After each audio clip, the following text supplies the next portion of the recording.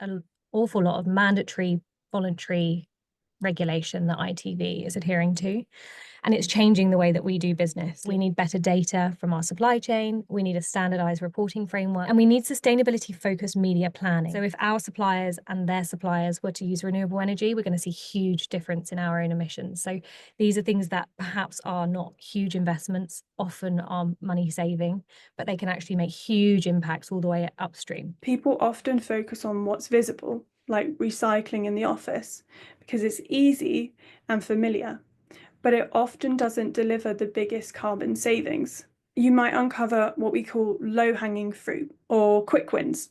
These are areas where a small change delivers really big results. So it might be a more efficient travel policy or cutting back on wasteful production practices. For me, I used really easy and accessible software for my data collection, things like Google Forms and Sheets, to track most of the written data capture. And I say this to highlight that you don't need new tech or a huge investment to be able to do an assessment like this. More often than not, people really do want to help. So just try and make it as easy as possible for them to do so. The more people are engaging with impact and improving our industry, the quicker we're all going to reach our goals. Our Scope 3 emissions account for 96% of our overall emission. And when you break that down further, 70% plus of that is from our category 1 emissions, which is purchased goods and services. It takes us back into the supply chain conversation that we're having today. Because we have also made public commitments around how we decarbonize, we also need to engage with suppliers where most of those emissions are coming from. How have we assessed our supply chain? How have we assessed our clients' environmental impacts as well? These are questions that we have to deal with quite regularly in RFPs. And so, we will typically, ask our suppliers as well. This is no longer just about reputation for us. I think it's become a requirement for doing business. It is actually business critical now to understand our wider supply chain. And as I said earlier, this is not about perfection. It's about working together with our suppliers to get them to where they need to be. More than 90% of the companies around the world are classified as SMEs.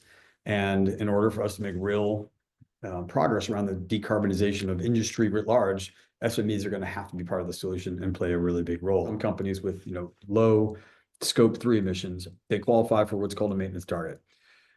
Just keep your Scope 1 and Scope 2 emissions at zero and continue to report on an annual basis and maintain your already really low emissions from your business operations and your Scope 3 value chain emissions. Carbon neutral is a good thing to strive for as long as you are measuring the way you're supposed to, producing your greenhouse gas inventory report and getting it verified by an accredited third party on an annual basis, and then investing in trusted, verified offset projects from a known organization, and we'll go through a few of those in a second, so as to have somebody else validate that claim that you've reached carbon neutral.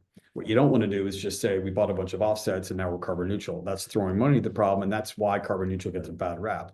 But if you can go through one of these rigorous processes and come out the other side with validation and certification from a third party, that's the right way to pursue carbon neutral. We can't all do this on our own. And so larger companies can help pull forward their suppliers. Suppliers can help each other, can proactively ask. So I think that collaboration piece is really key because this is intimidating. And I think sharing learning helps everyone take that step forward. So thank you.